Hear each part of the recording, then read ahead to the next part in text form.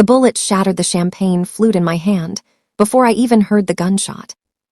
Glass exploded across the marble floor of the charity gala, and for one suspended moment, I stood frozen in my emerald gown, watching champagne and blood, my blood, drip from my palm onto my silver heels. The orchestra had stopped mid-waltz. 300 of Chicago's elite stood, paralyzed in their designer clothes and priceless jewelry, their faces painted with identical expressions of horror. Then someone screamed, and chaos erupted. I should have run. Any sensible person would have run. But I've never been particularly sensible, which is exactly how I ended up staring directly at the man who had just shot the glass from my hand from across the ballroom. A man whose eyes locked onto mine with an intensity that made my breath catch despite the terror flooding my veins. He was devastatingly handsome in the way dangerous things often are. Dark hair swept back from a face that could have been carved from marble by an artist obsessed with masculine beauty. A black suit that probably cost more than my monthly rent hugged broad shoulders as he moved through the panicking crowd with predatory grace, his gaze never leaving mine. I knew who he was. Everyone in Chicago knew who he was. Dante Morty, the youngest Don in the city's history, heir to an empire built on blood, money, and secrets that could topple governments. And he was walking straight toward me. "Move!" My best friend Sienna grabbed my arm, trying to pull me toward the emergency exit. "Evie, we need to go."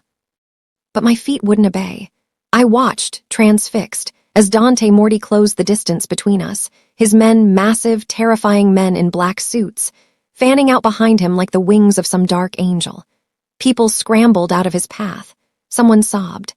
Somewhere, a woman was demanding someone call the police, which would have been funny if I wasn't currently bleeding and rooted to the spot. The police worked for the Mortys. Everyone knew that too. Evelyn Hart.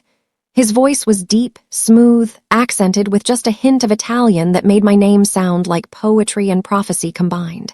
He stopped 3 feet away, close enough that I could see flecks of gold in his dark eyes, close enough to smell expensive cologne and gunpowder.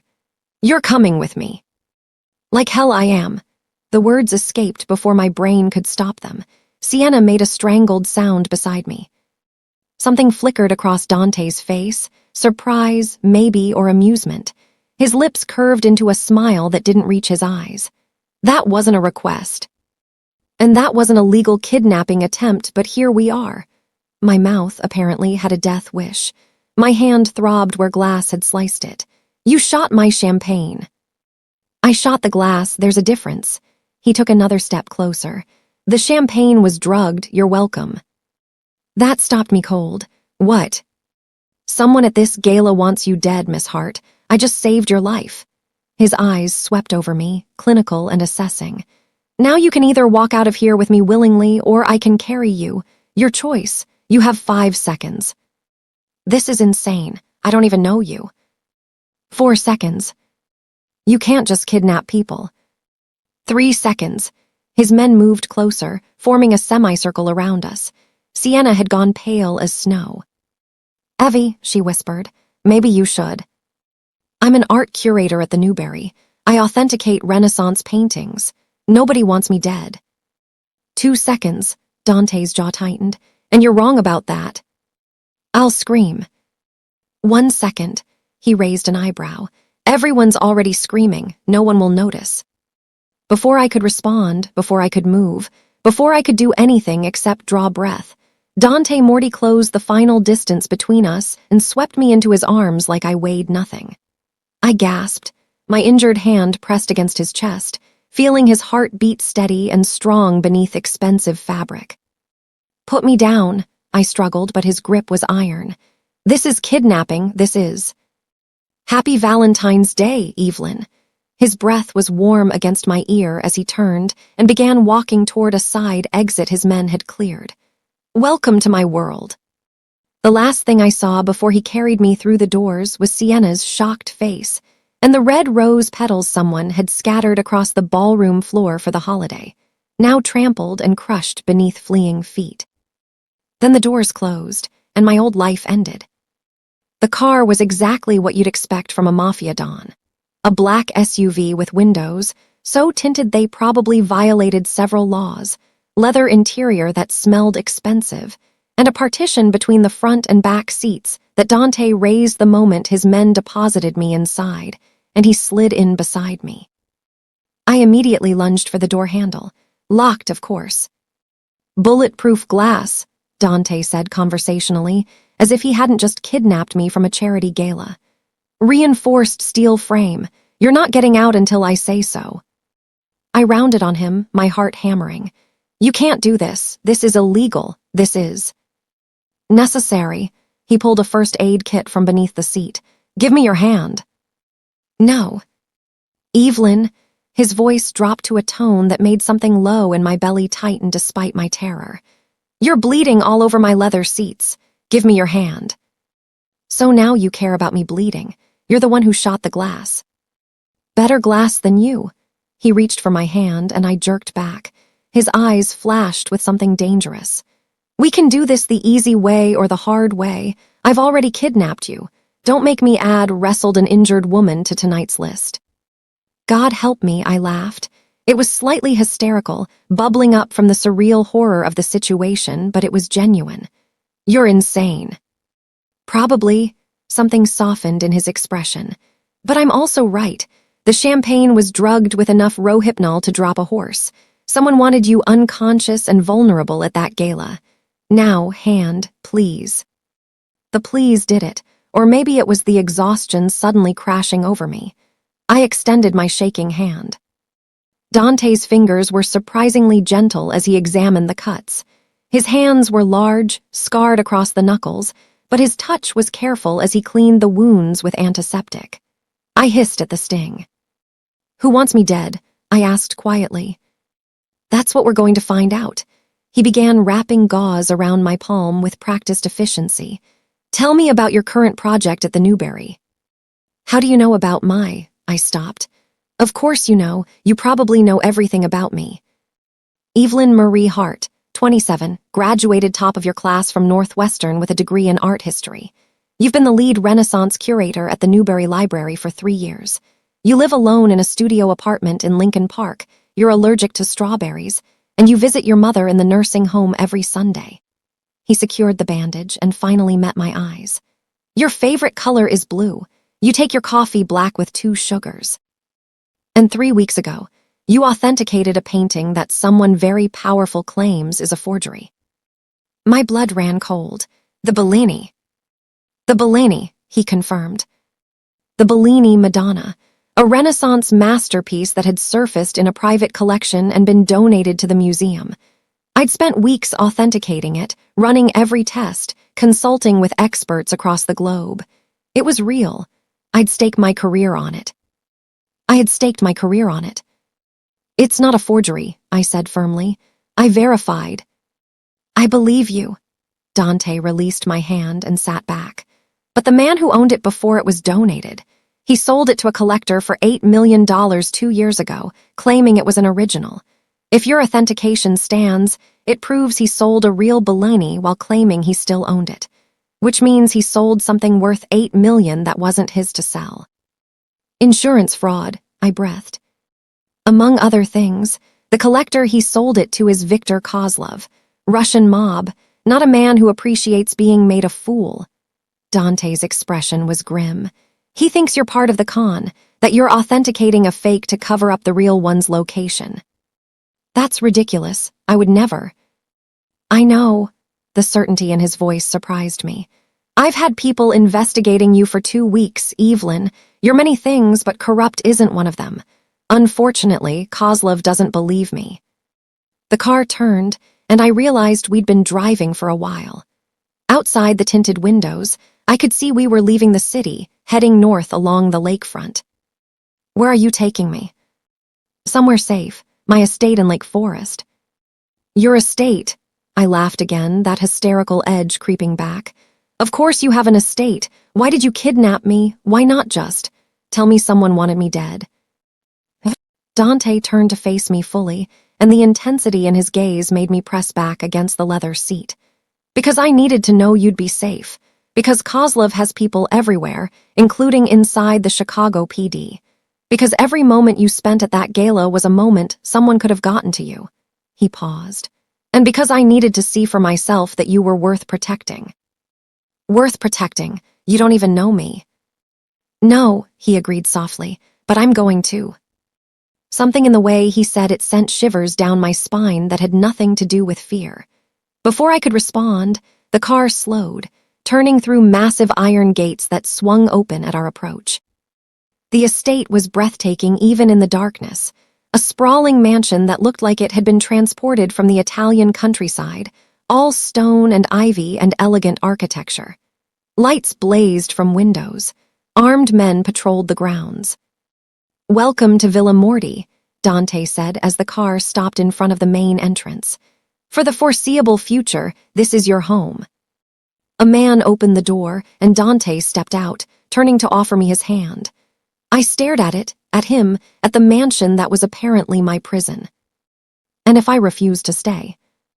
His expression was answer enough. We both knew I didn't have a choice. I took his hand and let him help me from the car, my legs shaking as I stood in the cold February air. Valentine's Day. I'd been kidnapped by a Mafia don on Valentine's Day. "One more thing," Dante said as he led me toward the entrance, his hand at the small of my back, possessive and warm through the thin silk of my gown. "That dress. What about it?" He stopped at the threshold, turning to look at me in the light spilling from the doorway, and something in his expression made my breath catch. "You look beautiful in it. I thought you should know before everything gets complicated." Then he guided me inside, and the massive doors closed behind us with a finality that echoed through my bones. I was trapped in a gilded cage with the most dangerous man in Chicago. And God help me, part of me wasn't entirely sure I wanted to escape. The interior of Villa Morty was exactly the kind of excessive wealth I'd expected from a Mafia don. All marble floors, crystal chandeliers, and artwork that made my curator's heart weep with longing. I spotted what looked like an original Caravaggio in the entrance hall alone, casually hanging beside the grand staircase, as if it weren't worth more than most people's houses. "Stop gawking," Dante said, though his tone held amusement. "You'll have plenty of time to catalog my collection later." "That's a Caravaggio," I breathed, momentarily forgetting I was kidnapped. "The penitent Magdalene, it's been missing since 1945. Stolen by the Nazis. How did you?" "Family acquisition."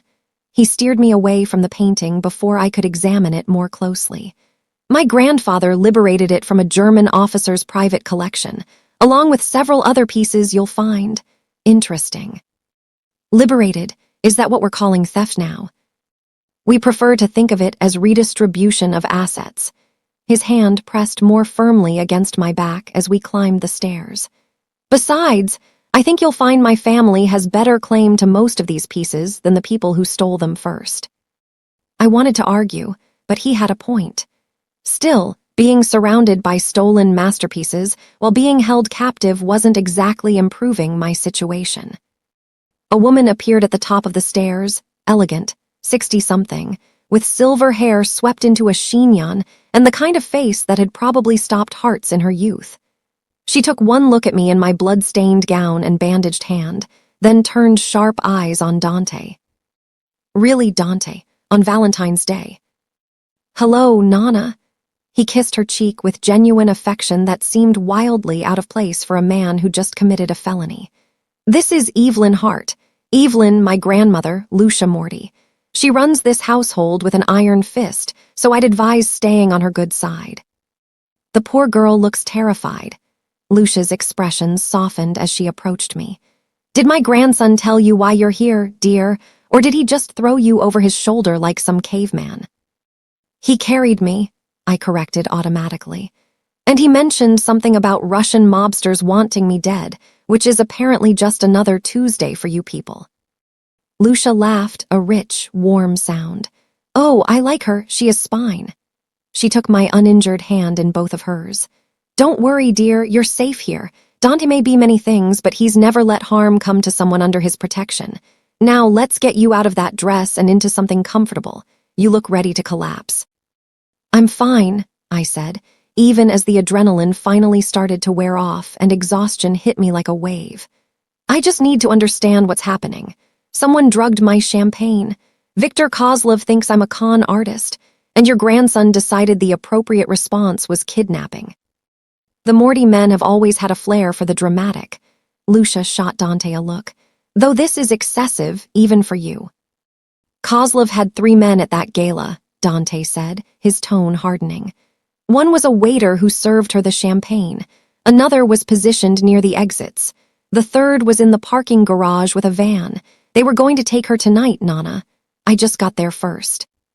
The casual way he said it made my stomach drop. A van. You wouldn't have woken up in a museum, Evelyn. His dark eyes met mine. Kozlov wanted you alive, but he's not known for his gentle interrogation methods. You would have told him everything you know about the Bellini, and then... He stopped abruptly. And then he would have killed me anyway, I finished quietly. Yes. The single word hung in the air between us, heavy with implications I didn't want to examine. Lucia squeezed my hand. Come, dear, let's get you settled. Dante, have Maria prepare the rose room, and for God's sake, get changed. You have blood on your cuffs. I looked down at his white shirt cuffs and saw she was right, small spots of red from when he'd bandaged my hand. The sight of it, combined with everything else, finally pushed me over some invisible edge. I need to call someone, I said, hearing my voice shake. My friend Sienna, she'll be worried, and my mother's nurse needs to know I won't be there Sunday, and my boss, oh God, my boss is going to fire me. Breathe. Dante's hands were suddenly on my shoulders, steady and warm. Look at me, Evelyn, breathe. I looked up into those dark, gold-flecked eyes and tried to drag air into my lungs. His thumbs traced small circles on my shoulders through the silk. Your friend Sienna is fine. I had my men ensure she got home safely and knows you're unharmed. Your mother's care will continue uninterrupted. I'll have someone visit her in your place if necessary. And your boss will be told you're dealing with a family emergency. Everything is handled. You can't just handle my entire life. Watch me. There was no arrogance in it, just simple fact. For the next few weeks, until we resolve this situation with Kozlov, your life is my responsibility. That means I handle everything that could put you at risk, which is currently everything. Weeks, my voice cracked. I'm supposed to stay here for weeks. However long it takes. His expression softened slightly. I know this isn't what you wanted, but you're alive, you're safe, and I intend to keep you that way. Can you trust me on that, at least? Trust. The word was laughable. I didn't know this man. Less than an hour ago, I'd been sipping champagne at a charity gala, my biggest concern whether the Newberry's latest acquisition would draw enough visitors. Now I was standing in a Mafia Don's mansion, being told my life was in danger from Russian gangsters, expected to trust a man who'd literally kidnapped me. But when I looked into Dante Morty's eyes, I saw something I hadn't expected, genuine concern. Whatever his reasons for taking me, he truly believed I was in danger. I don't trust you, I said honestly, but I don't have much choice, do I? No, at least he was honest too, but I'll earn it, I promise you that. Before I could respond, Lucia tugged me toward a hallway. Enough! The poor girl needs rest, not your intense staring, Dante. Come, Evelyn, let's get you comfortable. I let her lead me away, glancing back once to see Dante still standing there, watching me with an expression I couldn't quite read. The rose room was absurdly beautiful, all cream and gold with touches of deep rose pink, a 4-poster bed that could sleep 5 people, and French doors that opened onto a balcony overlooking Lake Michigan. In any other circumstance, I would have been enchanted. Maria, a kind-faced woman in her 40s, had drawn me a bath and laid out clothes that fit perfectly despite no one knowing my size. I didn't want to think about how Dante had obtained that information. Now I sat in a silk nightgown and robe that probably cost more than my rent, my hair damp from the bath, trying to process everything while Lucia sat in an armchair nearby, sipping wine. He's not usually like this, you know, she said suddenly. Like what? A kidnapper? She smiled, Impulsive, Dante is the most controlled man I know. Everything he does is calculated, planned 3 moves ahead. But tonight, she paused, studying me. Tonight he acted on instinct. That's not like him. Maybe he just didn't want a civilian murder on his conscience.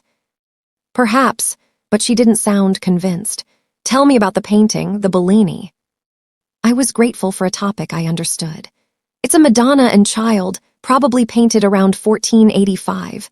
Oil on panel, remarkably well preserved. The provenance was complicated. It's been in private hands for generations, passed down through a family that fled Italy during World War II. When the last heir died without children, it was donated to the Newbery. And you're certain it's authentic? Absolutely. I ran every test: pigment analysis, dendrochronology on the wood panel, X-ray fluorescence, infrared reflectography. The underdrawing matches Bellini's known technique perfectly. The materials are all period correct. It's real. Lucia nodded slowly. Then someone has questions to answer about where the painting they sold to Kozlov came from. It must have been a forgery. An excellent one, probably contemporary to the real painting, which would explain why it fooled initial examinations. But when I authenticated the real Bellini, it proved that whatever Kozlov bought was fake. And $8 million is a lot of money to lose, even for the Russian mob. Lucia took another sip of wine. Especially when it makes you look foolish. Kozlov can't let that stand. So he wants to kill me too. What? Make himself feel better. He wants information. The location of the painting he bought, proof of who sold him the forgery, anything that might let him recoup his losses or exact revenge. And yes, dear, he'd kill you afterward. Men like Kozlov don't leave loose ends. I pulled the robe tighter around myself. And men like Dante.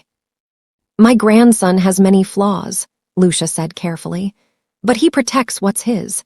And for reasons I'm still trying to understand, he's decided you fall into that category. I'm not his.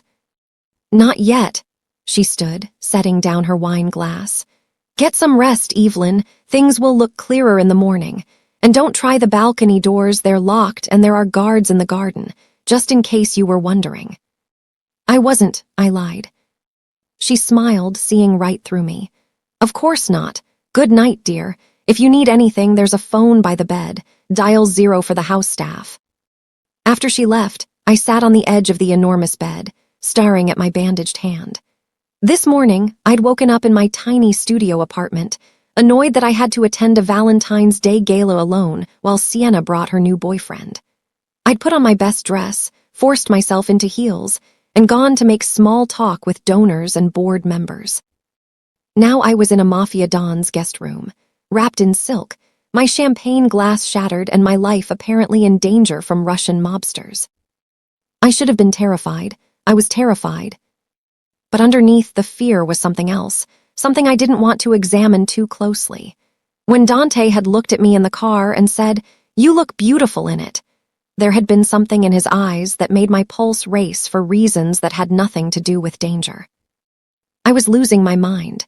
Stockholm Syndrome, probably. That was a thing, right? A knock on the door startled me from my thoughts. "Come in," I called, expecting Maria or maybe Lucia. Instead, Dante entered and my breath caught. He'd changed into dark slacks and a black shirt, sleeves rolled to his elbows, revealing forearms corded with muscle and marked with scars. His hair was slightly damp, as if he'd showered. He looked younger somehow, less the terrifying Mafia Don and more just a man. A devastatingly handsome, dangerous man who'd kidnapped me, my brain helpfully supplied. "I thought you might want this," he said, holding out my phone. "I had it retrieved from your coat check." I took it automatically, our fingers brushing. "It works." I had my tech people sweep it for tracking devices and bugs. "It's clean. You can call your friend, check in with your mother's nurse, whatever you need. But Evelyn," his expression turned serious, "don't tell anyone where you are for your safety and theirs." "You really think Kozlov would hurt Sienna?" "I think Kozlov would hurt anyone he thought could lead him to you." Dante moved to the window, looking out at the dark lake. "I've dealt with him before. He's smart, ruthless, and he holds grudges like other people hold memories. This thing with the Bellini, it's personal for him now. He won't stop until he gets answers. Then give him answers. Tell him I authenticated a real painting, that someone sold him a fake, and that I have nothing to do with it. I tried. He doesn't believe me. Dante turned back to face me. He thinks we're working together, that the Mortys orchestrated some elaborate con involving you and the painting. That's insane. Is it? He moved closer, and I forced myself not to retreat. Think about it from his perspective. A painting that's been missing for decades suddenly surfaces right when he's paid $8 million for one. The expert who authenticates it works at an institution with ties to my family. The Newberry Library has received very generous Morty donations over the years. And then, the night he plans to grab you, I happen to be at the same gala and take you first. I saw his point, even if I hated it. We have to make him see the truth. We will, but it's going to take time, evidence, and careful maneuvering. Meanwhile, you stay here safe while I handle it. I'm not good at sitting still and letting other people handle things. A smile ghosted across his lips. I'm starting to realize that. He moved to the door, then paused. For what it's worth, I'm sorry. About tonight, about all of this. You didn't ask to be dragged into this world. No, I agreed quietly. But I'm here now, so what happens next? Next, you sleep. Tomorrow, we figure out how to keep you alive and clear both our names. And Evelyn, he met my eyes one last time. Thank you. For what? For not falling apart, for being strong, for, he trailed off, something flickering in his expression. Just thank you. Then he was gone, the door closing softly behind him, leaving me alone with my phone and 1,000 questions. I looked at the device in my hand, then at the locked balcony doors, then at the massive bed that was somehow both prison and sanctuary. Tomorrow, I'd demand answers. Tonight, I'd let myself admit the truth I'd been avoiding since the moment Dante Morty's eyes locked onto mine across that ballroom. I was in terrible, terrible danger. And not just from the Russians. I woke to sunlight streaming through gauzy curtains and the smell of fresh coffee. For one blissful moment, I thought I was home. Then I opened my eyes fully, saw the ornate ceiling with its painted cherubs and gold leaf, and remembered everything. The gala. The drugged champagne. Dante Morty carrying me out like some modern-day pirate claiming treasure. The coffee sat on my nightstand in delicate china, still steaming. Someone had been in my room while I slept, which should have terrified me but instead just felt invasive in a way that made my skin prickle with irritation. I sat up, reaching for the cup, and found a note beside it in bold, masculine handwriting. Good morning. Breakfast is at 8 in the solarium. We have much to discuss. D. I glanced at the antique clock on the mantel. 7:30. Apparently, my captor expected punctuality. The closet, which I hadn't explored last night, proved to be a whole room filled with clothes in my exact size. Jeans, sweaters, dresses, even workout gear, all with the tags still on. Designer labels I'd only ever seen in magazines. It was thoughtful and creepy in equal measure. I chose jeans and a soft cashmere sweater in deep blue, refusing to think about how Dante had known my favorite color. After a quick shower in the marble bathroom that was larger than my entire apartment, I followed the sounds of conversation downstairs. The villa was even more stunning in daylight. Morning sun illuminated artwork that made my professional hands itch to examine. I spotted what might be a Titian, definitely a Botticelli sketch, and was that a Renaissance bronze that had been missing from the Uffizi since the 1990s. You're drooling, Kara. I spun to find Dante leaning against a doorframe, watching me with amusement. He wore dark slacks and a white shirt, no tie, the top buttons undone. Casual, devastating, completely unfair. You have a Botticelli original, I said accusingly, just hanging in your hallway. I have 3, he pushed off from the doorframe. Would you like a tour after breakfast? You look like you're about to start cataloging my collection without permission. I absolutely am. Some of these pieces are priceless. They belong in museums. They belong to my family. His tone didn't change, but something hardened in his eyes. My great-grandfather saved many of these from destruction during the war. My grandfather protected them when other collectors would have sold them to the highest bidder. Now they're mine to protect. Would you rather they were locked in a vault somewhere, seen by no one? I wanted to argue, but he had a point. At least here they were preserved, cared for. You could loan them, let people see them. Perhaps, he gestured down the hall, breakfast. The solarium was a glass-enclosed room overlooking the lake, filled with plants and morning light. A table was set with enough food for 6 people, fresh fruit, pastries, eggs, bacon, Italian specialties I couldn't name. Lucia was already there, along with 2 men I hadn't met. One was younger, maybe mid-20s, with Dante's dark hair and a charming smile that probably got him into trouble. The other was older, 50s, with sharp eyes and a shoulder holster he didn't bother to hide. Evelyn, my cousin Marco, Dante indicated the younger man, and my head of security, Antonio Russo, gentleman Evelyn Hart. The famous art expert. Marco's smile widened as he stood to pull out my chair. Dante's told us all about you. Has he? I sat, hyper-aware of Dante settling beside me. All good things, I hope. He said you were beautiful, brilliant, and had the self-preservation instincts of a lemming. Marco winked. He was right on all counts. I said she was brave, Dante corrected, shooting his cousin a look. There's a difference. Bravery and stupidity are often separated by outcome, Antonio said, his voice gravelly. He slid a folder across the table to me. Miss Hart, we need to discuss your security. I opened the folder and felt my blood run cold.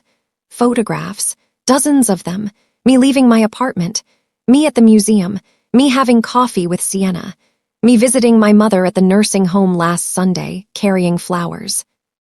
You've been following me. I looked up at Dante, anger warring with fear. For how long? 2 weeks, he admitted, since I learned Kozlov was interested in you. Interested? I heard my voice rise. You make it sound like he wants to ask me to dinner, not kill me. We needed to understand the threat level. That meant surveillance. He didn't look apologetic. If it makes you feel better, I also had people watching Kozlov's men. That's how I knew about the gala. It doesn't make me feel better. This is... I flipped through more photos, then stopped. The most recent ones were from the gala itself. Me in my green dress, talking to donors. Me accepting the champagne flute from a waiter whose face was circled in red. Me frozen as Dante approached across the ballroom. In that last photo, you could see it on my face, the moment I'd recognized him, the moment everything changed. The waiter, Antonio said, tapping the circled face. Dmitry Volkov, one of Kozlov's men. We tracked him after the gala. He disappeared 3 hours ago. Disappeared? Lucia set down her coffee cup with a sharp click. Dante. I know, Dante's jaw tightened. Either Kozlov pulled him out because the plan failed, or someone else got to him, Marco finished. Which means we're not the only players in this game. I set down the folder, my appetite gone. I don't understand. If Kozlov wants me for information and you're protecting me, who else is involved? That's what we're trying to figure out. Dante pulled out his phone, swiped through something, then showed me a photo of a painting. Recognize this. It was a Madonna and Child, Renaissance-style, beautiful composition. Similar to the Bellini, but not quite right. The Madonna's expression was slightly off, the Christ-Child's proportions not quite perfect. That's the forgery, I breathed. The one Kozlov bought. Yes. This photo was taken by his insurance assessor 2 years ago, right after the purchase. Study it. Tell me what you see. I took the phone, zooming in on details. The more I looked, the more wrong it became. It's good, very good. Whoever painted this knew Bellini's work intimately. The pigments look right for the period, the craquelure pattern is convincing. But the underdrawing would be wrong. Bellini had a very specific technique, the way he sketched before applying paint. This is too loose, too modern an approach even if the surface tries to hide it. Could you prove it's a forgery? With the right equipment? Absolutely. X-ray fluorescence would show modern pigments if they were used. Infrared reflectography would reveal the underdrawing. Canvas analysis. Wait. I looked up. Where is this painting now? That, Dante said grimly, is the $8 million question. After your authentication of the real Bellini went public, Kozlov demanded an independent assessment of his painting. He hired 3 different experts. All 3 confirmed it was a forgery. And then the painting vanished from his secure storage facility. No sign of forced entry, no witnesses, just gone. The implications hit me like a freight train. Someone stole a forgery. Why? Maybe to hide evidence, Marco suggested. Or maybe because even a good forgery has value to the right buyer. Or maybe, Antonio said quietly, because there's something about that painting we're not seeing, something worth killing for. Silence fell over the table. I set down Dante's phone with shaking hands. This is bigger than just me authenticating a painting, I said slowly. Isn't it? Much bigger. Dante's hand found mine on the table, his thumb tracing over my bandaged palm. The gesture was surprisingly gentle. Someone created a forgery good enough to fool initial experts. That same person sold it to Kozlov for $8 million, then somehow ensured the real painting would surface and be authenticated, exposing the fraud. Now the forgery has vanished, and you, the expert who proved it was fake, have people trying to kidnap or kill you. You think the forger is behind this? I think someone orchestrated this entire situation. The question is why? His fingers tightened around mine. And I intend to find out before they try for you again. We have a lead, Antonio interjected. The family that owned the real Bellini before it was donated, the Rossettis. The last heir, Elena Rossetti, died 6 months ago. No children, no close relatives. Her lawyer handled the donation to the Newberry. I spoke with him, I said. Gerald Hammond. He seemed legitimate, had all the proper documentation. On the surface, yes. Antonio slid another photo across. An older man, distinguished, silver-haired. But Gerald Hammond has some interesting connections. He's represented several clients with ties to the art underworld, dealers who operate in gray areas, collectors who don't ask too many questions about provenance. You think he's involved? I think he's worth investigating. Dante released my hand, and I felt the absence of his warmth immediately. Marco, I want you and Antonio to pay Mr. Hammond a visit. Ask him about the Rossetti estate, about Elena, about how exactly that painting ended up at the Newberry. On it, Marco stood, grabbing a pastry. Should we be subtle or direct? Start subtle. We don't want to spook him if he's got information we need. Dante's expression turned dangerous. But if he's part of this, if he had anything to do with putting Evelyn in danger, then subtle goes out the window. The casual way he said it, the promise of violence underlying the words, should have frightened me. Instead, something warm and troubling unfurled in my chest. After Marco and Antonio left, Lucia excused herself to make phone calls, leaving Dante and me alone in the sunlit solarium. You meant what you said, I ventured, about hurting Hammond if he's involved. Yes, no hesitation. I protect what's mine, Evelyn, by whatever means necessary. I'm not yours. He turned to look at me fully, and the intensity in his gaze made my breath catch. Aren't you?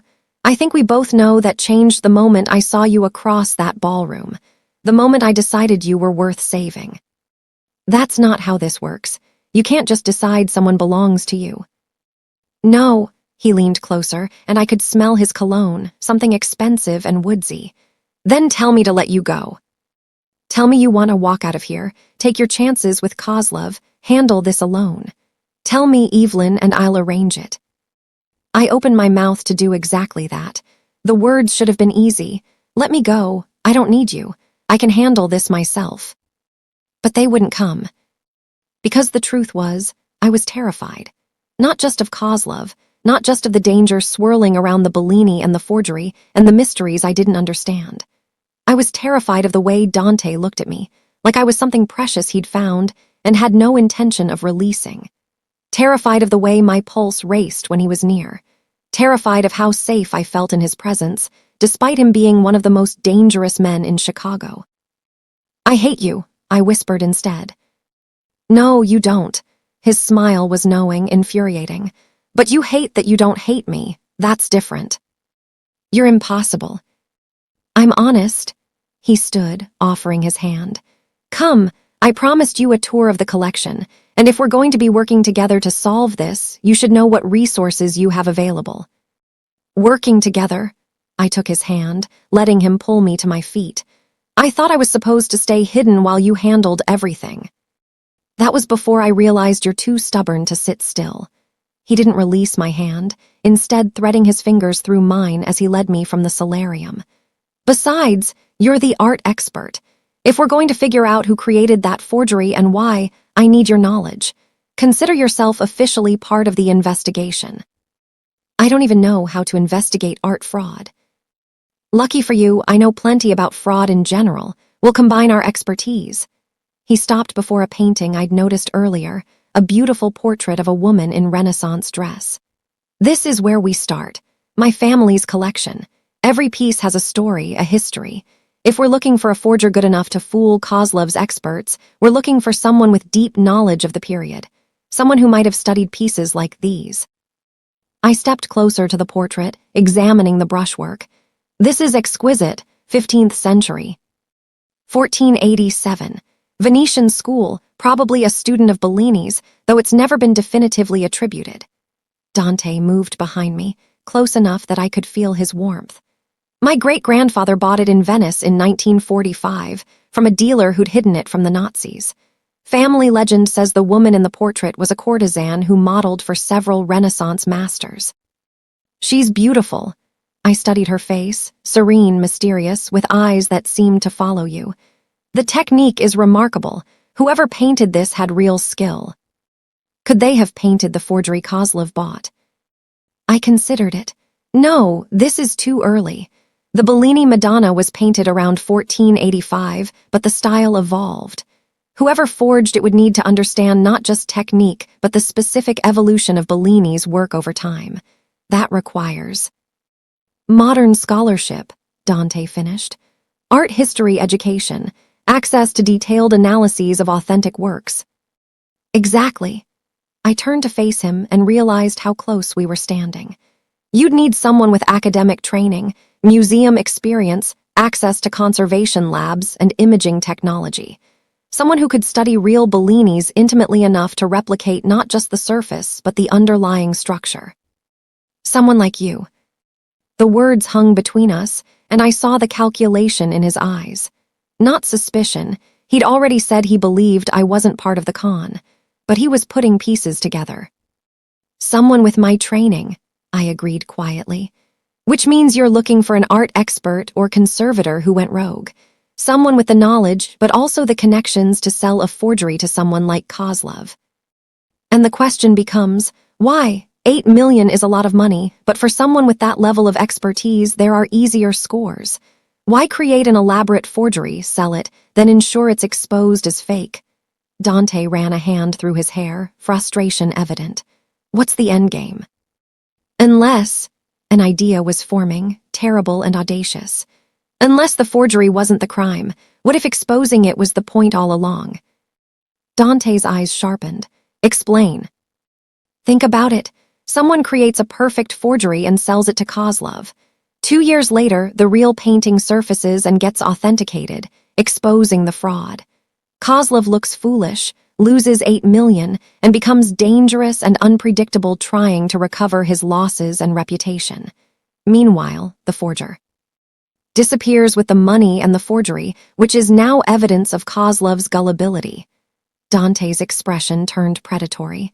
It's not about the money, it's about destroying Kozlov's credibility, making him look weak. Who would want that? In my world, dozens of people. Kozlov has enemies everywhere. Anyone wanting to move against him would benefit from him looking vulnerable.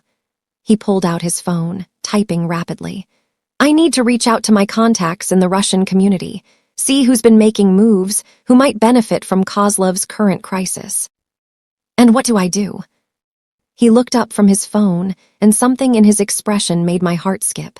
You, Kara, are going to help me understand art forgery. If we're hunting a rogue expert, I need to know how they think, what drives them, what they're capable of. I've never forged anything in my life. But you understand the process, the technique, the mindset of someone who would dedicate themselves to that level of deception. He stepped closer, and I found myself backed against the wall beside the portrait. I need to understand that world, Evelyn. Teach me. This close, I could see flecks of amber in his dark eyes, could count the faint scars on his jaw. This close, I could feel the heat radiating from his body, could see the way his gaze dropped briefly to my lips before returning to my eyes. This is a bad idea, I whispered. Probably. His hand came up to cup my cheek, thumb brushing my cheekbone.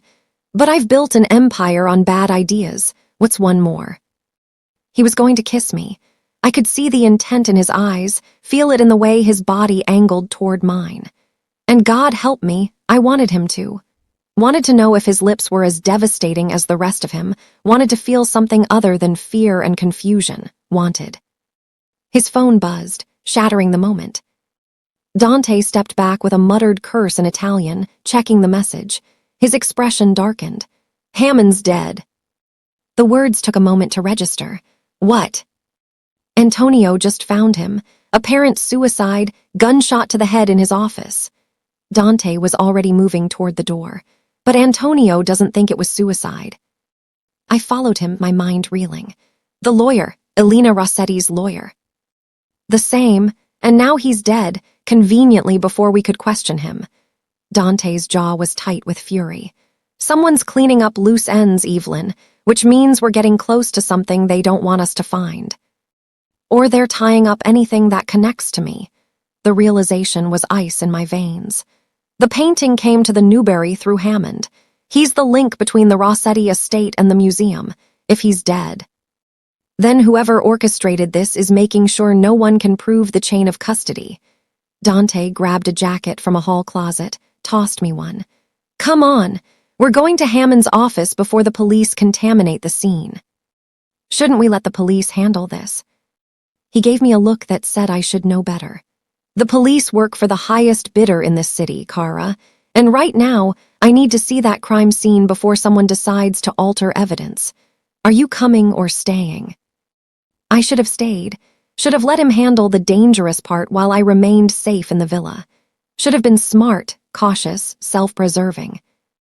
Instead, I grabbed the jacket. I'm coming, but if we get arrested, I'm blaming you. His smile was fierce and approving. I wouldn't expect anything less. As we headed for the garage and whatever horrors waited at Hammond's office, I couldn't shake the feeling that we were missing something crucial. Something about the forgery, the real Bellini, the dead lawyer, and the web of deception that had somehow made me a target. Whatever it was, I had the terrible suspicion that we were running out of time to figure it out. And that when we did, nothing would ever be the same. Hammond's office was in a converted brownstone in Lincoln Park, the kind of respectable address that screamed old money and discretion. Police cruisers blocked the street, their lights painting the brick facade in alternating blue and red. Dante parked 2 blocks away in an alley, killed the engine, and turned to me. Stay close, don't touch anything, and if I tell you to leave, you leave immediately, understood? How are we even getting in there? The place is crawling with cops. His smile was all predator. Watch and learn, Kara. We walked toward the building like we had every right to be there, Dante's hand at the small of my back, possessive and warm.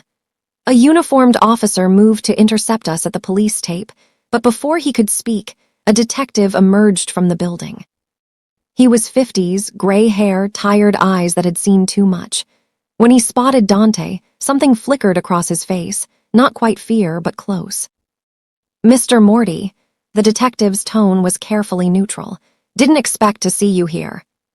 Detective Morrison, Dante's voice was pleasant, conversational. I had business with Mr. Hammond. Unfortunate timing, it seems. Morrison's eyes flicked to me, assessing. And you are? Dr. Evelyn Hart, Dante answered before I could. Art authentication expert.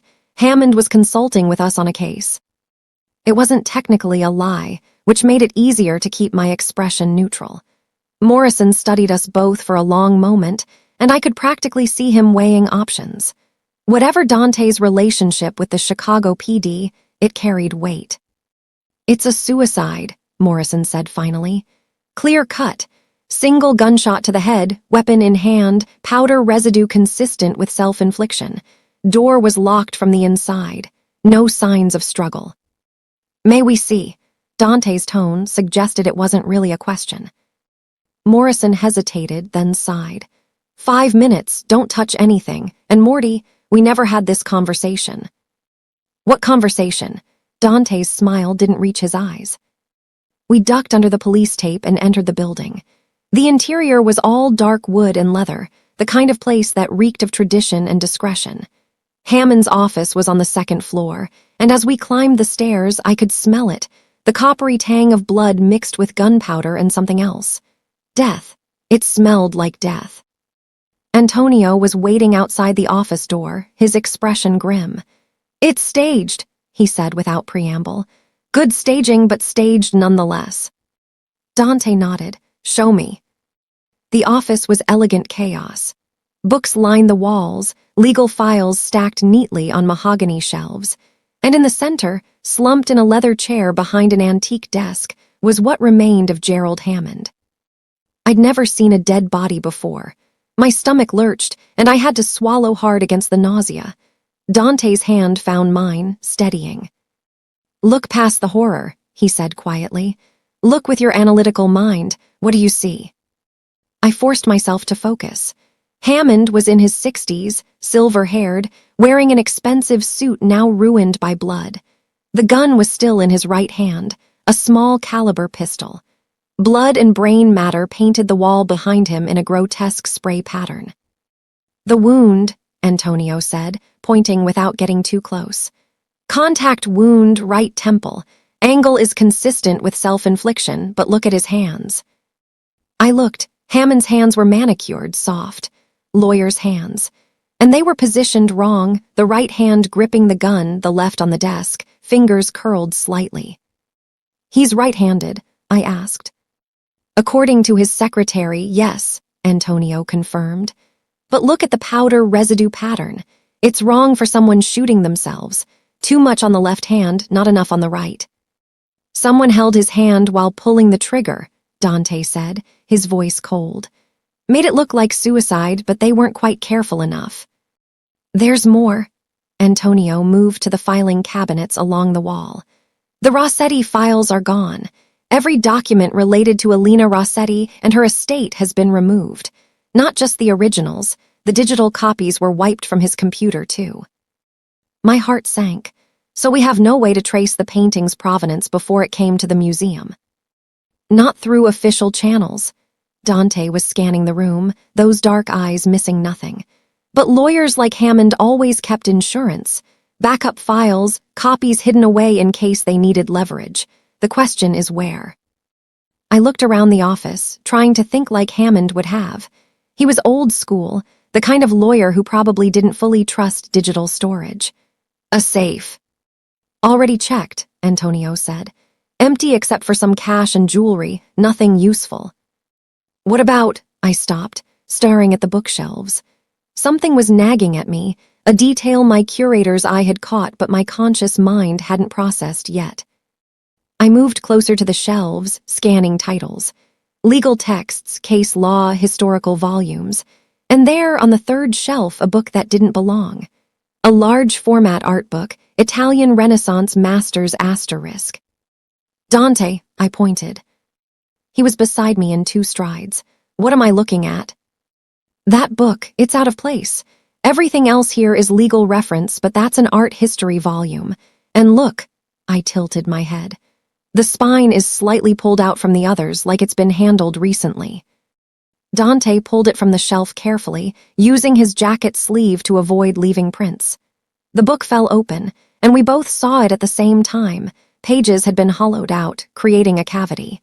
Inside was a USB drive. "Bingo," Antonio breathed. Dante pocketed the drive and replaced the book exactly as we'd found it. "We need to go. Morrison gave us 5 minutes, and we're past that." As we headed for the door, I glanced back at Hammond's body. He'd been murdered for whatever information was on that drive. Killed to cover up secrets about a painting, a forgery, an elaborate con that had somehow put me in the crosshairs. "He didn't deserve this," I said quietly. "No," Dante's expression was granite. "But whoever did this is going to answer for it. I promise you that." Back at the villa, Dante's tech expert, a young woman named Sophia with purple hair and multiple piercings, worked on decrypting the USB drive while we waited in Dante's study. The room was all masculine luxury, leather and dark wood, with floor-to-ceiling windows overlooking the lake. I paced while Dante sat behind his desk, making phone calls in rapid Italian. From what I could gather, he was calling in favors, activating a network of informants and contacts across the city. Whatever was on that drive, he wanted to be prepared for it. "Got it," Sophia's voice crackled through the intercom. "Sending files to your computer now." Dante's screen lit up with folders, dozens of them, all labeled with client names and case numbers. He found the Rossetti file and opened it. What we found made my blood run cold. "This can't be right," I breathed, staring at the screen. The file contained everything about Alina Rossetti's estate, property deeds, bank statements, inventory lists. But it also contained something else, correspondence between Hammond and Alina dating back 5 years. Letters, emails, detailed discussions about her collection. Particularly about one painting, the Bellini Madonna. "She knew," I whispered. "Alina Rossetti knew she had a forgery." Dante was reading through the emails, his expression darkening with each line. "Not just knew, she commissioned it. Look at this, payment to someone named M. Castellano for artistic services rendered. $50,000, paid 3 years ago." Castellano? I searched my memory. I know that name. Marco Castellano, he was a conservator at the Art Institute of Chicago until about 4 years ago. Brilliant restorer, could make damaged paintings look like new, but he was fired for creating unauthorized reproductions, Dante finished, pulling up a news article on another screen. Says here he was caught selling copies of museum pieces to private collectors. Nothing was ever proven criminal, but the museum let him go quietly. "He'd have the skills," I said, pieces clicking together. "And the knowledge. If he could create perfect reproductions for restoration purposes, he could absolutely forge a Bellini convincing enough to fool initial authentication." So Alina Rossetti hired Castellano to forge a Bellini. Why? Dante scrolled through more files. She was wealthy, she had a legitimate collection. Why commission a forgery? I found the answer 3 files later. Insurance fraud. Look, she insured the real Bellini for $12 million 5 years ago. Then, according to this, she sold the real painting to a private collector 2 years ago for $10 million. But she kept the forgery and continued paying insurance on it as if it were real. $22 million, Dante said grimly. Not bad for an old woman with expensive tastes and mounting debts. He pulled up bank statements showing Alina's accounts. She was hemorrhaging money, medical bills, poor investments, maintaining multiple properties. She was nearly bankrupt when she died. But if she sold the real Bellini 2 years ago, I felt sick. She sold it to Kozlov. Alina Rossetti is the one who sold Kozlov the real painting, then died before he could come after her for selling him a forgery. Except she didn't sell him a forgery. Dante leaned back in his chair, steepling his fingers. She sold him the real painting. The forgery stayed with her, was supposed to be destroyed in a convenient accident so she could collect the insurance. But she died before she could stage it. And then the real painting, the one Kozlov bought, somehow ended up back in circulation as the Rossetti family painting, donated to the Newbery after her death. I pressed my hands to my temples, trying to make sense of it. How did the painting Kozlov bought end up at the museum? Unless someone stole it from Kozlov and arranged the donation. Dante's eyes were dangerous now. Someone who wanted the real painting authenticated publicly, which would expose Kozlov's purchase as fake and make him look like a fool who'd been conned. But Kozlov's purchase wasn't fake. It was real. Someone switched them. The implications were staggering. Someone stole the real Bellini from Kozlov, replaced it with Alina's forgery, then donated the real one to the museum. When I authenticated it as genuine, it proved that whatever Kozlov now had was the forgery, making him look incompetent and starting a war between us. Dante stood abruptly. This was never about the money. Someone orchestrated this entire situation to set me and Kozlov against each other, with you caught in the middle. Who would benefit from that? Anyone who wants to move against the Morty or Kozlov organizations. Anyone who wants us distracted fighting each other while they make their play. He grabbed his phone. I need to talk to Kozlov, directly, before more people die. Is that safe? No, his smile was sharp. But nothing about this situation is safe. Stay here, Evelyn. I mean it this time. I'm going to meet with Kozlov on neutral ground, show him this evidence, and try to convince him we've both been played. And if he doesn't believe you, then things are going to get very bloody very quickly. He moved toward the door, then stopped, turning back. There's one more thing in those files you should see. Personal correspondence between Hammond and Alina. He pulled it up on screen, and I read the email chain with growing horror. Alina had been dying. Cancer, advanced and untreatable. She'd known she had months at best. And in her final emails to Hammond, she'd expressed one regret, that she'd involved Marco Castellano in her schemes, that she'd corrupted a brilliant artist for money. She'd tried to contact Castellano in her final weeks, according to the messages, wanted to make amends, to tell him something important, but he'd refused to see her. The last email, sent 3 days before she died, was chilling. Gerald, I fear I've set terrible things in motion. Marco knows about the switch, knows what I did. He's been asking questions about the painting's location, about Kozlov. I think he plans something desperate. Please, you must warn. The email cut off mid-sentence. Alina had died before finishing it. Castellano, I said. He's the one who stole the real painting from Kozlov and donated it to the museum. He's the one who orchestrated this entire con. But why? Dante moved back to stand beside me. Revenge against Alina for involving him.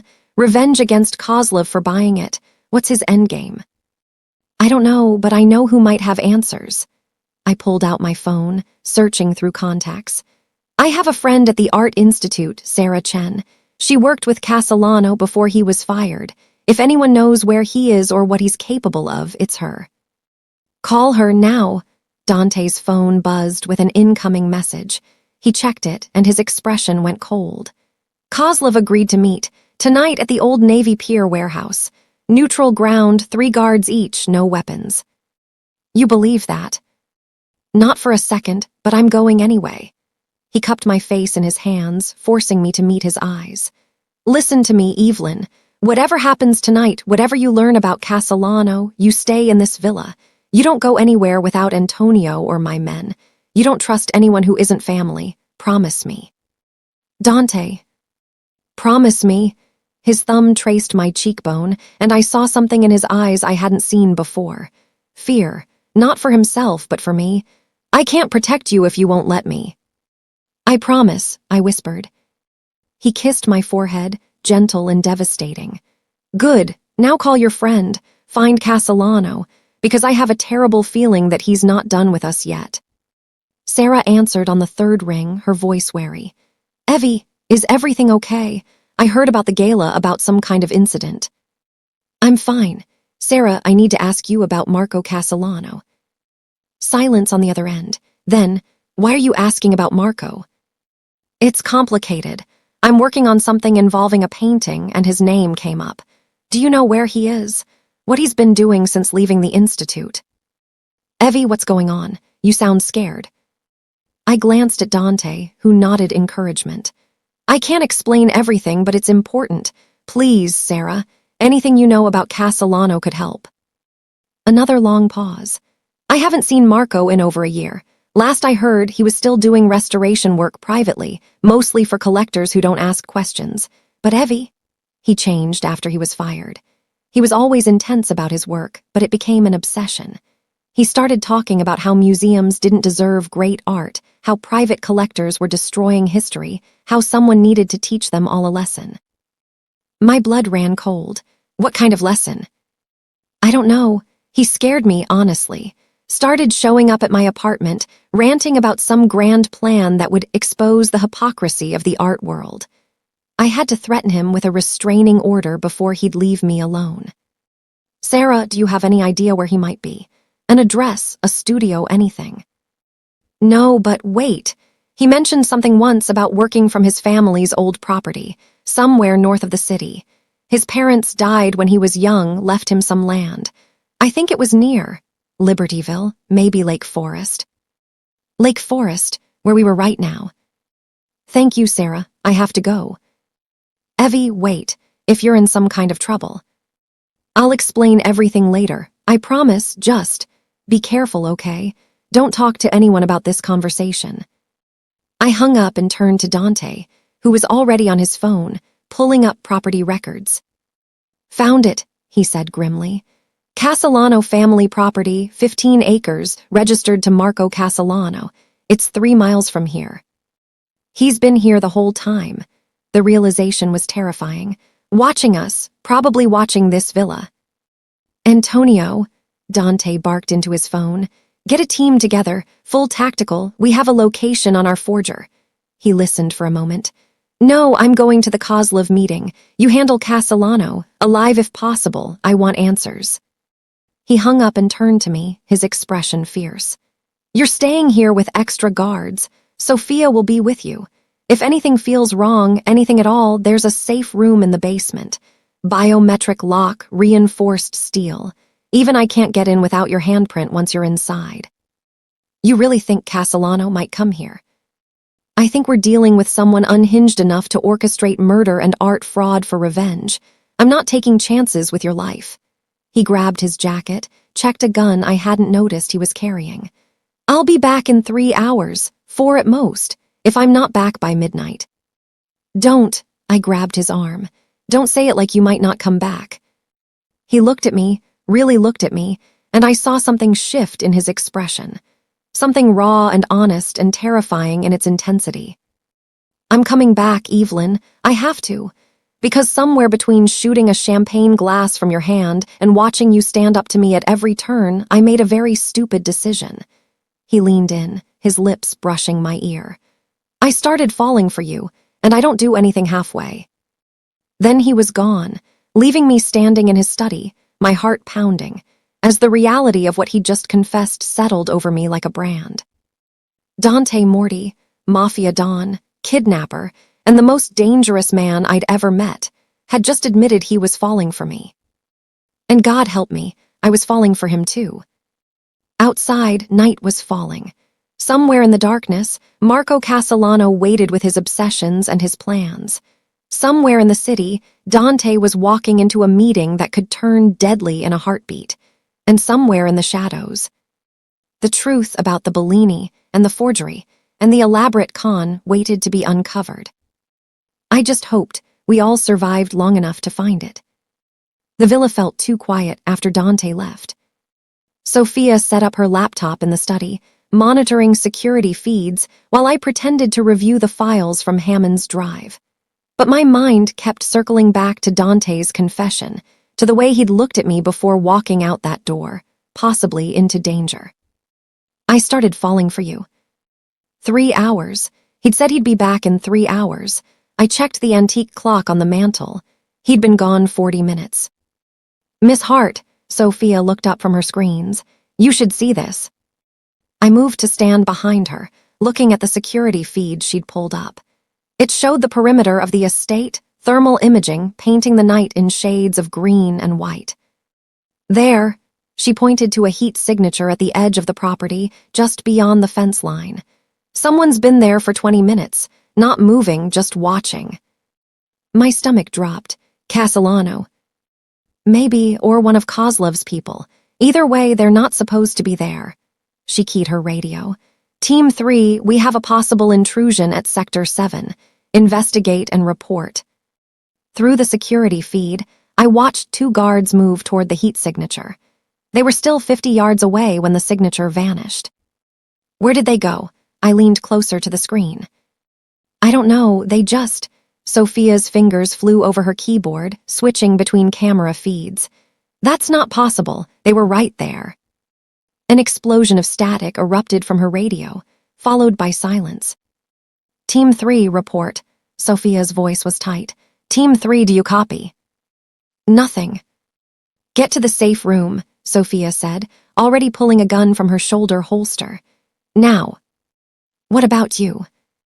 I'm security. This is my job.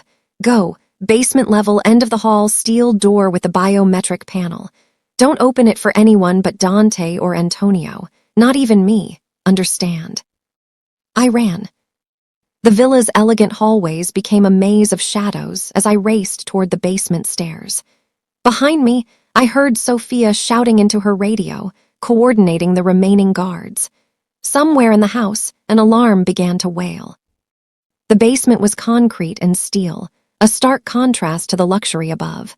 Emergency lighting cast everything in harsh white, making shadows jump and twist. I found the safe room door exactly where Sophia had said, massive steel, with a palm scanner glowing soft blue. I pressed my hand to it, and the door unlocked with a heavy clunk. Evelyn, wait. I spun to find Marco Castellano at the base of the stairs, and my heart nearly stopped. He was younger than I'd expected, early 40s, with the kind of handsome face that belonged in art galleries rather than crime scenes. Dark curly hair, intense eyes, paint-stained hands that he held up in a gesture of peace. Please, don't go in there yet. I need you to listen to me. You murdered Hammond. My hand found the door handle behind me. You orchestrated all of this. I didn't kill Hammond. That was Kozlov's people tying up loose ends. He took a step closer, and I saw desperation in his eyes.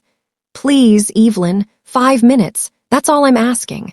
5 minutes to explain before Morty's men find me and I end up like Gerald. Why should I believe anything you say? Because I'm the only one telling you the truth. His voice cracked. Dante Morty is using you. He doesn't care about you. You're just a pawn in his game with Kozlov, but I can prove it. I can show you evidence that will change everything you think you know about him. I hesitated, and he saw it. The Bellini, he continued rapidly. You think you authenticated it honestly, but you were set up from the beginning. Morty knew about Alina Rossetti's forgery scheme. He knew about Kozlov's purchase. He orchestrated the donation to the Newberry specifically so you would authenticate it and start this war. You were never in danger from Kozlov. You were in danger from Dante all along. That's insane. Is it? Think about it. How did Dante know your champagne was drugged at the gala? How did he know exactly when to be there, exactly when to save you? Because he set it up, Evelyn. The whole kidnapping, the protection, making you trust him, it's all part of his plan to use you as leverage against Kozlov. Doubt crept in, cold and insidious. Dante had known so much, had been so perfectly positioned to intervene. And I'd just accepted his explanation, had let myself be swept into his world without questioning. No. I remembered the way Dante had looked at me in his study, the fear in his eyes, not for himself, but for me, the careful way he'd bandaged my hand, the honesty in his voice when he'd said he was falling for me. You're lying, I said firmly. I don't know what your game is, Castellano, but I'm not playing. His expression hardened. Then you're a fool, and you're going to die a fool unless you listen. He pulled something from his jacket, not a gun, a phone. He tapped the screen and turned it toward me. I saw footage from inside the gala. Dante standing in the shadows, watching me. A man, the waiter with the drugged champagne, approaching him, speaking briefly. Dante nodding. The waiter moving toward me with the tray. He told that waiter to give you the drugged champagne, Castellano said. Then he shot it out of your hand before you could drink it, playing the hero. Classic manipulation, Evelyn. Create the danger, then save the victim. Make them dependent on you. My mind raced. The footage looked real. The timestamp matched, but... This proves nothing. For all I know, you doctored this footage. You're a forger after all. I'm an artist. His shout echoed in the concrete space. I restore beauty, I preserve history. What Dante Morty does, the violence, the corruption, the way he uses people, that's the real forgery. He's not the hero in this story, Evelyn. He's the villain. And you're what? The misunderstood genius. I couldn't keep the sarcasm from my voice. You forged a Bellini for Alina Rossetti, helped her commit insurance fraud, then stole the real painting and set up this entire elaborate revenge scheme. How many people have died because of what you did? I didn't kill anyone, but something flickered in his eyes. Guilt. I just wanted to expose them. Alina, Kozlov, Morty, they're all the same. Rich, powerful people treating art like currency, like possessions instead of treasures. I wanted to show the world what they really are. By committing fraud yourself, by putting innocent people in danger. You were never supposed to be in danger. You were just supposed to authenticate the painting, that's all. But then Morty got involved and everything spiraled out of control. He ran a paint-stained hand through his hair. Come with me. I have evidence, documents that prove everything. Let me show you the truth before. Gunfire erupted upstairs. Multiple weapons, rapid fire, then shouting in Italian and Russian. The sounds of a firefight happening directly above us. Castellano's eyes went wide. Kozlov, he must have followed Morty's men here. We need to go now. I'm not going anywhere with you. Then you'll die. He grabbed my arm and I jerked back, slamming my hand on the biometric panel. The safe room door swung open. Castellano lunged for me, but I was faster, fueled by adrenaline and fear. I dove through the doorway and slammed my hand on the interior panel. The steel door swung shut with a boom that I felt in my bones, locking mechanisms engaging with decisive clicks. Through the small, reinforced window, I saw Castellano's face, twisted with frustration and something that might have been regret. You've made a mistake, Evelyn. His voice was muffled through the steel. When you figure out the truth, it's going to destroy you. Then he was gone, running back toward the stairs, and I was alone in a concrete box listening to the sounds of battle above me. The safe room was Spartan. A cot, some water, a first aid kit, and a bank of monitors showing security feeds from around the estate. I watched in horror as the firefight played out across the screens. Kozlov's men had breached the perimeter in force, at least 20 of them, moving with military precision. Dante's guards were fighting back, but they were outnumbered. Bodies fell on both sides, blood staining the manicured grounds. And then I saw him. Dante emerging from a black SUV that screeched to a halt in the circular driveway. He moved like violence personified, a gun in each hand, dropping 2 of Kozlov's men before they even saw him coming. Antonio was beside him, along with Marco and 6 more guards. The meeting with Kozlov had been a trap. It had to have been. They'd lured Dante away so they could attack the villa, attack me. I watched Dante fight his way toward the house, unstoppable, and understood with sudden clarity that everything Castellano had said was a lie. This man, this dangerous, violent man, was fighting his way through an army to get to me. That wasn't manipulation. That was something else entirely. The firefight moved inside. I lost visual as they entered the house, could only track them by sound. Gunfire, shouting, the crash of breaking furniture. Then silence. The monitors flickered, went dark. Someone had cut the power. I sat in the darkness of the safe room, emergency lighting casting everything in dim red, and waited. Minutes passed like hours. I had no way to know who'd won, who was alive, whether Dante was. The biometric panel outside beeped. Someone was trying to get in. I pressed myself against the far wall, grabbing the only weapon I could find, a fire extinguisher. If it was Kozlov's men, at least I'd go down fighting. The panel beeped again, then again. Whoever was out there didn't have authorization. Evelyn, Dante's voice, rough and strained, came through the intercom. It's me, open the door. Relief flooded through me so intensely it made me dizzy. I stumbled to the panel, pressed my palm to it. The door unlocked. Dante practically fell through it and I gasped. He was covered in blood, his shirt torn, face bruised, a gash across his temple still bleeding. But alive. God, he was alive. You're hurt. I helped him to the cot, my hands shaking. Dante, you're... Not my blood, mostly. He caught my hands in his, and I saw his knuckles were split, bleeding. Are you okay? Did anyone get to you? Castellano was here, In the basement. He tried to, he showed me footage, said you orchestrated everything, that I should trust him instead of you." The words tumbled out. But I didn't believe him. I couldn't. Because I saw the way you looked at me before you left, and people can fake a lot of things, but not that. Not the fear in your eyes when you thought I might get hurt. Something in Dante's expression cracked open. He pulled me to him, burying his face in my hair, and I felt him shaking. "I thought I lost you," he whispered. "When we got back and saw Kozlov's men attacking the villa, I thought, I'm okay, I'm here, I'm safe." "You're safe." He pulled back to look at me, cupping my face in his bloody hands. "Kozlov is dead. He tried to kill me at the warehouse, but he was sloppy, desperate. His organization is in chaos. And Castellano. He got away. I'm sorry, I should have." "You did exactly right. You got to safety. That's all that matters." His thumb traced my cheekbone, leaving a smear of blood I didn't care about. "But we need to talk about what he showed you, the footage of me at the gala." My heart sank. It was real, wasn't it? You did talk to that waiter. "I did, because I'd been watching you for 2 weeks, remember? I saw that waiter accept money from one of Kozlov's men an hour before the gala.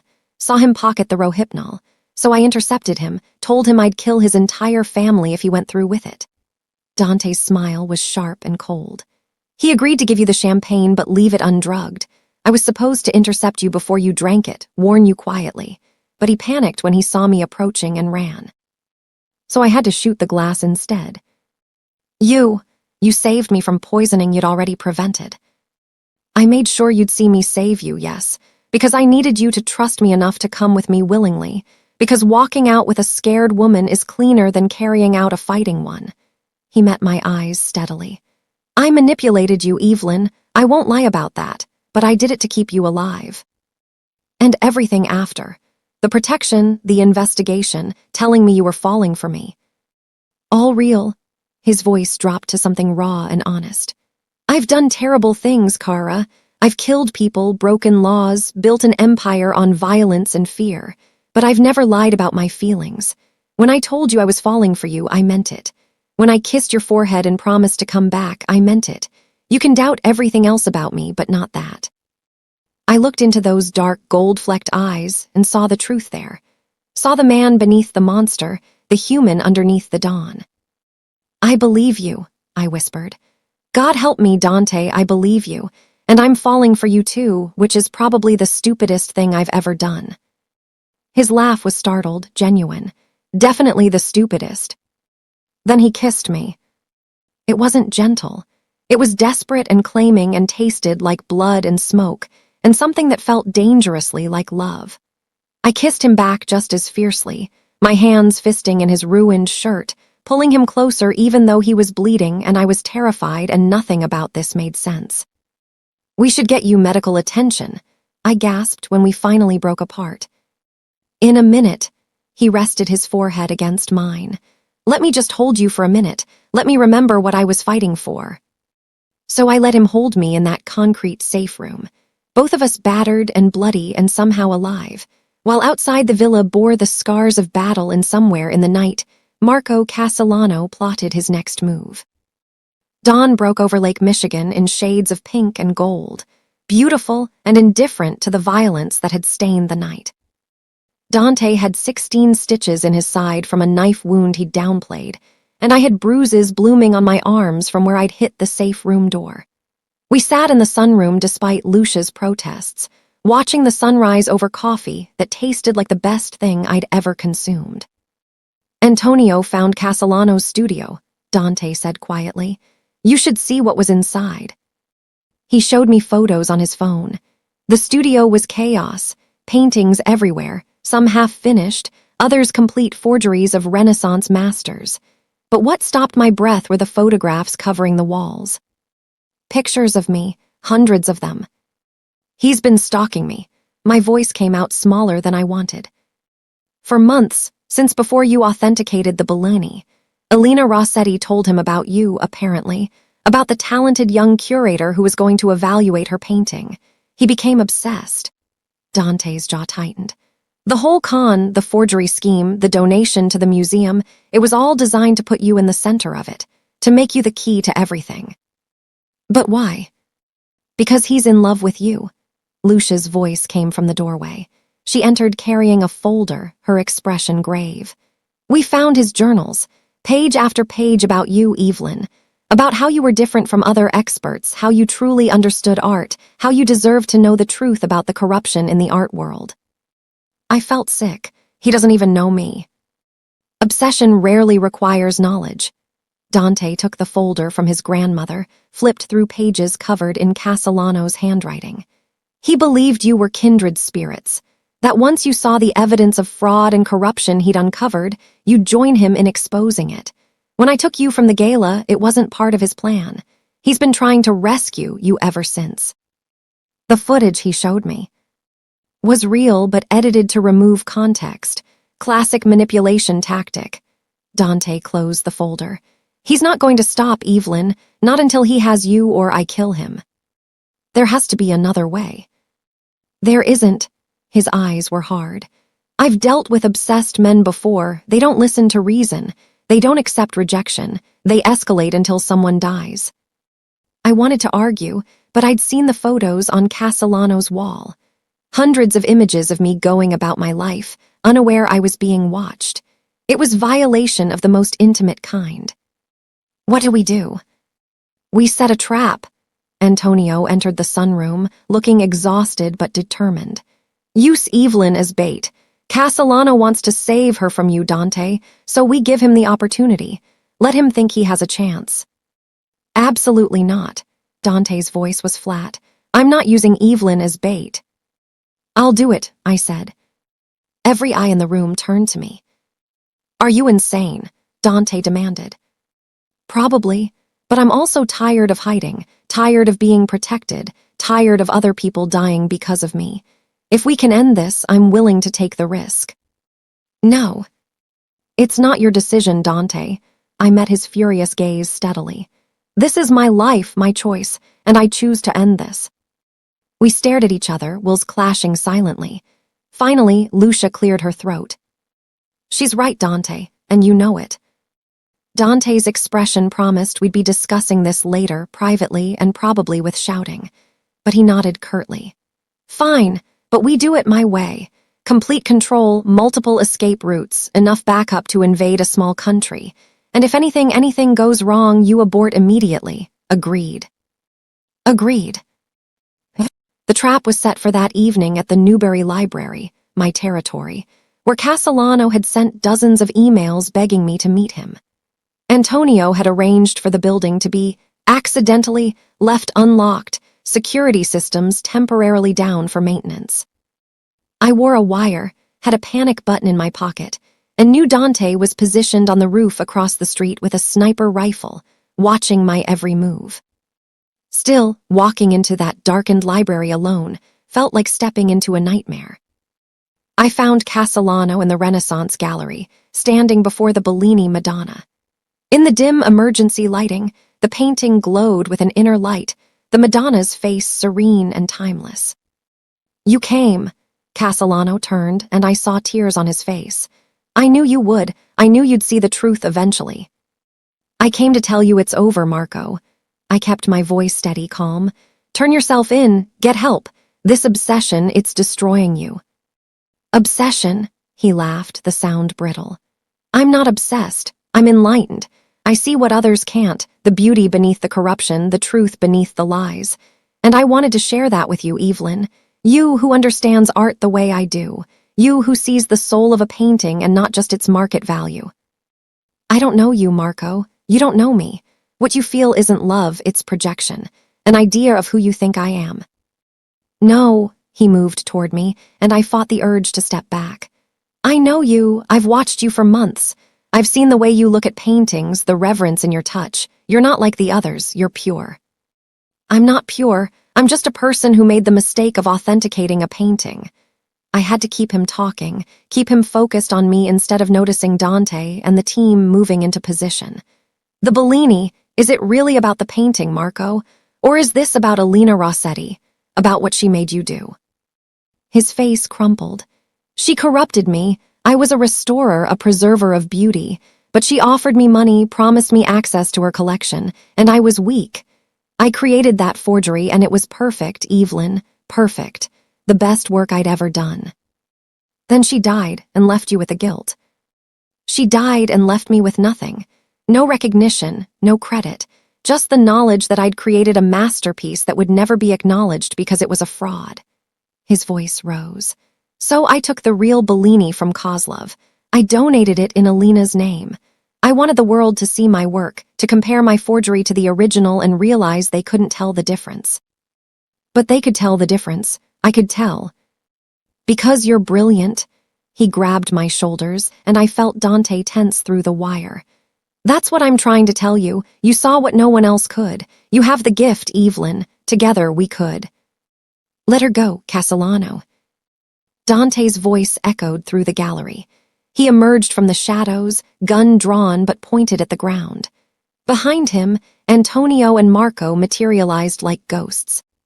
Castellano's grip on my shoulders tightened painfully. You're ruining everything.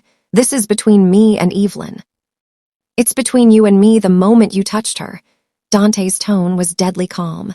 Let her go. Or what, you'll shoot me, make me a martyr. Castellano pulled me against him, and I felt something cold and sharp press against my throat. A knife. When had he pulled a knife? She comes with me or I cut her throat right here. Your choice, Morty. Time seemed to slow. I saw Dante's finger move toward the trigger, saw the calculation in his eyes, saw the moment he realized he didn't have a clean shot without risking me. Marco, I said softly, is this really how you want this to end? With violence? With destroying the very beauty you claim to love? I don't want to hurt you, his voice broke, but I won't let him keep you. You deserve better than a monster. Then let me choose. I turned my head slightly, meeting his eyes. Put down the knife. Let me walk away. If you really love me, let me choose my own path. For a moment, I thought it would work. I felt the knife waver, saw doubt flicker across his face. Then something hardened in his expression. You'd choose wrong. You'd choose him, so I'm making the choice for you. He pulled the knife away from my throat, raising it to strike. The gunshot was deafening in the enclosed space. Castellano crumpled, the knife clattering from his hand. I stumbled forward and Dante was there, catching me, pulling me against his chest as Antonio and Marco moved to secure Castellano. I'm okay, I whispered against Dante's shirt. I'm okay. You're never doing that again, his voice shook. Never, I almost lost you, I almost. But you didn't, I pulled back to look at him. You saved me, again. I shot him in the shoulder. He'll live to stand trial. Dante's eyes searched my face, his hands running over me as if checking for injuries. Are you sure you're okay? I nodded, then looked past him to where Antonio was cuffing Castellano, calling for an ambulance. The forger who'd orchestrated so much pain and death, reduced to a broken, bleeding man on the floor of the museum he'd tried to save in his own twisted way. Blood pooled beneath him, dark against the polished floor. Castellano's eyes found mine one last time, filled with pain and something that might have been regret. I just wanted to show them, he whispered. Show them all that art is more than money, more than status symbols for the wealthy. It's truth, beauty, something sacred. I know, I said quietly and meant it, but you went about it the wrong way. Story of my life. He laughed, then coughed, blood flecking his lips. Take care of the Bellini, Evelyn, both of them. They deserve someone who understands. Then the paramedics arrived, and he was loaded onto a stretcher, still conscious but fatting. As they wheeled him past, I felt a strange mix of pity and relief. He'd terrorized me, stalked me, put my life in danger, but he'd also been a broken man trying to protect something he loved in the only way he knew how. Come on, Dante's arm wrapped around my waist, solid and warm. Let's get you home. Home? He said it so naturally, as if it were already decided where I belonged. Maybe it was. 3 weeks later, I stood in Dante's study at Villa Morti, watching snow fall over Lake Michigan. The scene was peaceful, beautiful, a stark contrast to the violence that had brought me here. Castellano was in custody at a high-security hospital, facing charges for fraud, stalking, conspiracy to commit murder, and a dozen other crimes. His lawyer was already building an insanity defense. Part of me hoped it would work. He needed help, not just punishment. The Bellini Madonna had been returned to the Newberry with full provenance documentation and a fascinating story that had made international news. Attendance at the museum had tripled. My boss had given me a raise and a promotion. And Castellano's forgery, the one that had started everything, had been recovered from a storage unit he'd rented under a false name. It now sat in a secure facility as evidence, but several museums had already expressed interest in eventually displaying it as an example of modern forgery techniques. Even as a fake, it was a masterpiece. Justice, it seemed, had a sense of irony. "You could go home, you know." Dante appeared behind me, wrapping his arms around my waist. His chin rested on my shoulder, warm breath tickling my ear. "The danger's past. You're free to return to your life." "Is that what you want?" "God, no." He turned me to face him, and the vulnerability in his eyes still surprised me. "I want you to stay. Move in here. Let me wake up to you every morning and fall asleep with you every night. But that's a lot to ask of someone I kidnapped on Valentine's Day." I laughed, the sound echoing in the quiet study. "You're right, it is a lot to ask." His face fell, and I took mercy on him. "Which is why I already gave notice on my apartment. I move out at the end of the month." The smile that broke across his face was worth everything. The fear, the danger, the absolute insanity of the past month. Dante Morty, Mafia Don and art thief, smiled at me like I'd given him the world. "I love you," he said, the words still coming with a hint of wonder, as if he couldn't quite believe he was allowed to say them. "I know it's fast, I know it's crazy, but I love you, Evelyn Hart." "I love you too." I reached up to trace the scar on his jaw, the one he'd gotten in the firefight at the villa. My kidnapper, my savior, my very unconventional Valentine. He captured my hand, pressing a kiss to my palm, the same palm he'd bandaged that first night. "I promise to make it up to you. Every day for the rest of our lives, I'll make up for the way this started." "You know what?" I pulled him down for a kiss. Soft and slow and full of promise. "I don't think I'd change a thing. Not the champagne glass, not the kidnapping, not even Castellano's obsession. Because all of it led me here. To you." "That's Stockholm Syndrome talking," he murmured against my lips. "No." I kissed him again, deeper this time. "That's love talking, there's a difference." Outside, snow continued to fall over the estate, covering the gardens where men had fought and died just weeks ago. Covering the past, making everything clean and new. Inside Villa Morty, surrounded by stolen masterpieces and the ghosts of violence, I'd found something I never expected to find.